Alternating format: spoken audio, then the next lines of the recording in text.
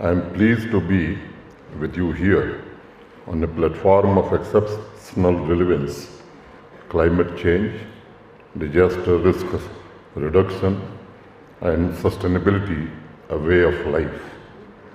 I welcome the distinguished guests from across the globe who have graced the Y20 Consultation Conference with their presence and active participation in this landmark event. Jammu Kashmir is not just famous for snow-capped mountains, divine green valley, but also for intellectual brilliance. This crown jewel of India is Sarda Peeth, the seat of learning and living example of immortal, organic, composite Indian culture.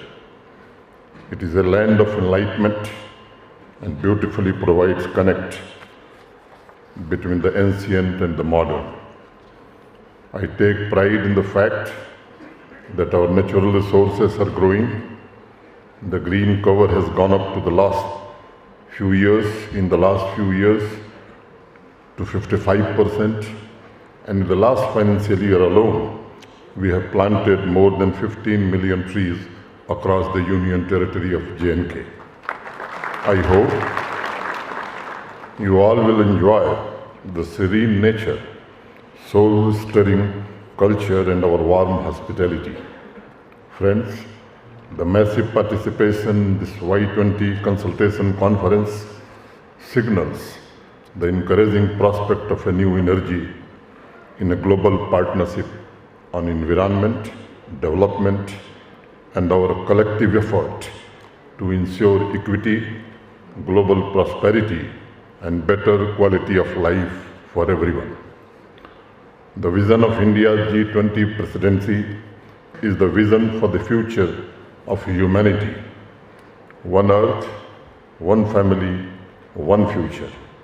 It is a vision of shared responsibility to courageously tackle the two great challenges of the next 25 years: protecting the climate and promoting the sustainable development. It means, as one family, we need to nurture Earth that sustains life, and sustainable development objectives should be translated into collective action to transform the lives of common man. Honorable Prime Minister Shri Narendra Modi ji has made it clear to the global family that climate change cannot be fought from conference table alone. As Honorable Vice Chancellor mentioned, it has to be fought from the dinner tables in every home. Through his mission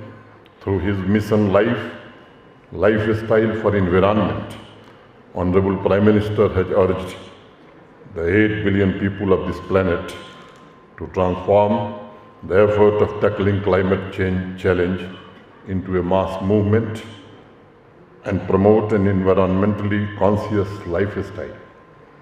I firmly believe that under the leadership of Honorable Prime Minister Shri Narendra Modi ji, India can really show to the world how to build a sustainable society, a society that will both be an economic powerhouse and a major contributor in restoring the delicate balance of nature.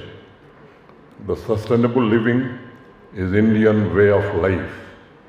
Long before the global community realized the importance of sustainable living, our forefathers dedicated Prithvi Sukta in Atharveda to the Mother Earth, highlighting its resources and urging the people to utilize them in a sustainable manner. Thousands years before, the term sustainable lifestyle was popularized across the globe. Yajurveda mentioned about harmonious living with earth, water, trees, and to prioritize the use of natural resources. It was not merely ideas, but a call for action.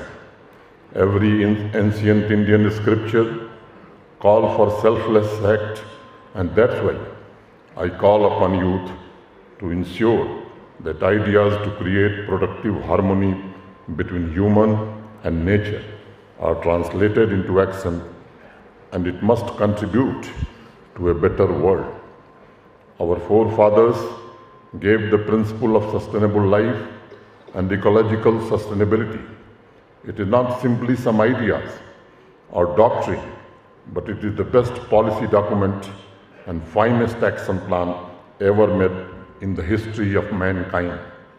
Today, I am happy to see that more and more youth across the globe are talking about climate change. The number of books on climate change and environment has gone up from 19 in 2010 to more than 400 titles today. It shows the growing awareness in the society, and slowly this fight against climate change is turning into the top priority for young generation. And I am confident youth will lead the world in offering pragmatic solutions to global challenges of 21st century. Friends, civilizations have prospered because the nature was flourishing. The entire global family derived their sustenance from the rich ecosystem. However, the reality is mirror opposite today. It is nature that is in the need of nourishment, and I believe the young generation will synergize innovative ideas with action to preserve the natural resources and also become active stakeholder in this movement to formulate and implement the policies on healthcare, education, environment, and clean drinking water. The youth power will ensure fair, equitable, and balanced distribution of social infrastructure and achieve the sustainable development goals. For this, a holistic approach is required to manage the challenges of accelerated growth and ecological sustainability. I always call for a balanced approach between development and nature, because nature is not outside us. Every living being, people, trees, birds, river is nature. By respecting and restoring the delicate balance of nature, we are not giving hope to our garden or river to survive, but giving an opportunity to the future generations of humanity to survive. The society exists because of the nature. Imagine what will happen if there are no trees in a particular region. Slowly, the entire human population will disappear. We need to remember that plantation of sapling in the land is not only helping the greenery to grow outside, but it is also allowing the nature to grow inside us. The moment we realize that as an individual is very much part of one family, as is the tree, our entire approach towards environment will change. So I would say it should become a practice, a natural habit of ours to count the tree outside our house as a member of the family, because our very existence depends on them. और आप जैसा जानते हैं, आदरणीय प्रधानमंत्री जी ने भारतवर्ष की 7 प्रमुख प्राथमिकताओं सप्तर्षि में ग्रीन ग्रोथ को शामिल करके संपूर्ण विश्व को एक बहुत बड़ा संदेश दिया है। प्रकृति के बिना विकास की कल्पना अब असंभव दिखती है, और बाहर दिखाई पड़ने वाली प्रकृति इंसान की प्रकृति का अभिन्न अंग बन सके, अब वो समय आ गया है।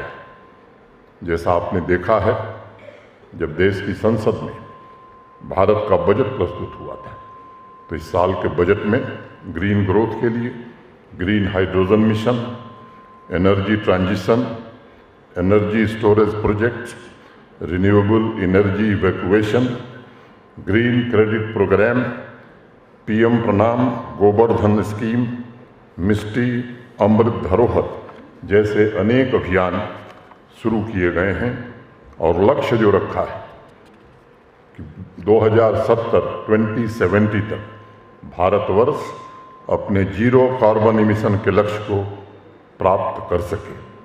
और ये संकल्प सिर्फ कार्बन फुटप्रिंट तक सीमित नहीं है, बल्कि प्रत्येक व्यक्ति में व्यवहारिक परिवर्तन लाने का भी एक संकल्प है।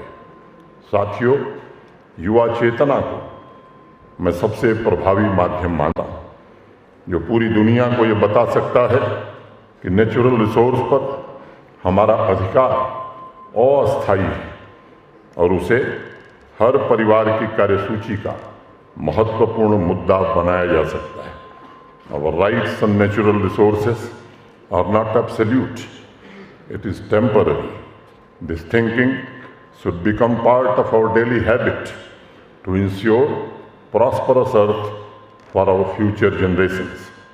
आज पूरी दुनिया में लगभग सभी समाज क्लाइमेट चेंज से उत्पन्न चुनौतियों के बारे में जागरूक हो रहे हैं। इस जागरूकता को सोच में परिवर्तित करने का जो मुख्य काम होगा वो युवा वर्ग ही कर सकता है, यूथ ही कर सकता है, क्योंकि जब तक यह जागरूकता प्रत्येक व्यक्ति की सोच में परिवर्तित नहीं हो जाती तब तक इस दिशा में हमारा प्रयास अधूरा माना जाएगा। जो कुछ प्राकृतिक संसाधन हमारे पास बचे हैं उन्हें भविष्य की पीढ़ियों के लिए बचाने के लिए छिटपुट प्रयास कामयाब नहीं हो सकते। अपनी पूरी क्षमता, पूरा संसाधन और संकल्प के साथ वैश्विक समाज को इस दिशा में प्रयास करना ही होगा। अब कोई दूसरा रास्ता हमारे पास नहीं है। जिस प्रकार हमारी संस्कृति ने सदियों से सरल जीवन शैली को प्रमोट किया है, उसे दोबारा जनमानस के मस्तिष्क में हमें स्थापित करना होगा। इस प्रयास में समाज का सभी वर्ग शामिल हो। इसके लिए युवाओं को नेतृत्व करना होगा, युवाओं को बागडोर संभालनी होगी, ताकि क्लाइमेट चेंज की चुनौतियों से निपटने की चर्चा कॉन्फ्रेंस हॉल से निकलकर एक सार्वजनिक लक्ष्य में परिवर्तित हो सके। साथियों, पर्यावरण के संबंध में बहुत समय गंवाने के पश्चात हम सबको एक बात समझ में आई है कि एक देश की एक्टिविटीज़ का दूसरे देश पर भी काफ़ी प्रभाव पड़ता है। सभी एक दूसरे से इंटरकनेक्टेड हैं, इसलिए किसी एक देश की एक्टिविटीज़ पूरी पृथ्वी को भी प्रभावित कर सकती है। ऐसी स्थिति में कैंपेन सहयोग पर आधारित हो और उसमें समाज के सभी वर्गों की जिम्मेदारी से निभाने का संकल्प भी शामिल हो।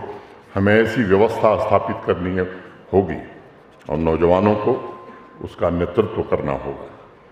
कुछ समय पहले तक लोगों के मन में ऐसी धारणा बनी हुई थी कि लोग और ख़ास तौर से विज्ञान से जुड़े लोग, वैज्ञानिक, प्रकृति पर विजय प्राप्त कर लेंगे। दरअसल यह सोच ही गलत थी। चाहे सस्टेनेबल डेवलपमेंट का मुद्दा हो, वाटर रिसोर्सेज का हो, डिजास्टर रिस्क रिडक्शन का विषय हो, हमें इस सोच को बदलना होगा। जब हम प्रकृति से अलग नहीं हैं तो फिर उस पर विजय प्राप्त करने का सवाल कहाँ पैदा होता है, बल्कि हमें प्रकृति की वैसी ही देखभाल करनी होगी जितना हम अपने शरीर को स्वस्थ रखने के लिए करते हैं। हमें प्रकृति के साथ अपने संबंध मजबूत करने होंगे ताकि हमारा पूरा ध्यान, पूरा फोकस इकोलॉजी को हुए नुकसान पर हो और हम इकोलॉजी और इकोनॉमी में एक बेहतर तालमेल भविष्य में बैठा सकें। हमें खुशी है कश्मीर यूनिवर्सिटी ने जिस तरह से इस आयोजन को किया है। मैं कश्मीर यूनिवर्सिटी की वाइस चांसलर और पूरी कश्मीर यूनिवर्सिटी फैमिली को हृदय से मुबारकबाद देना चाहता हूँ, दिल से बधाई देना चाहता हूँ। Friends, our ecosystem is like a symphony. Each element is like different notes, and I call this sound of nature as the best music ever produced on the planet. Even if one note is missing, there will be a jarring sound and you will start missing the beat and ultimate depth of life. I call upon the youth and urge each and every one of you present here to take on the role of composer and conductor of nature and society. The whole world is looking at India's G20 presidency with admiration and hope, and I am sure with your unique position and strength, we will not only advance the interest of global South and global North, but also provide solutions to critical global issues. Thank you. Jai Hind.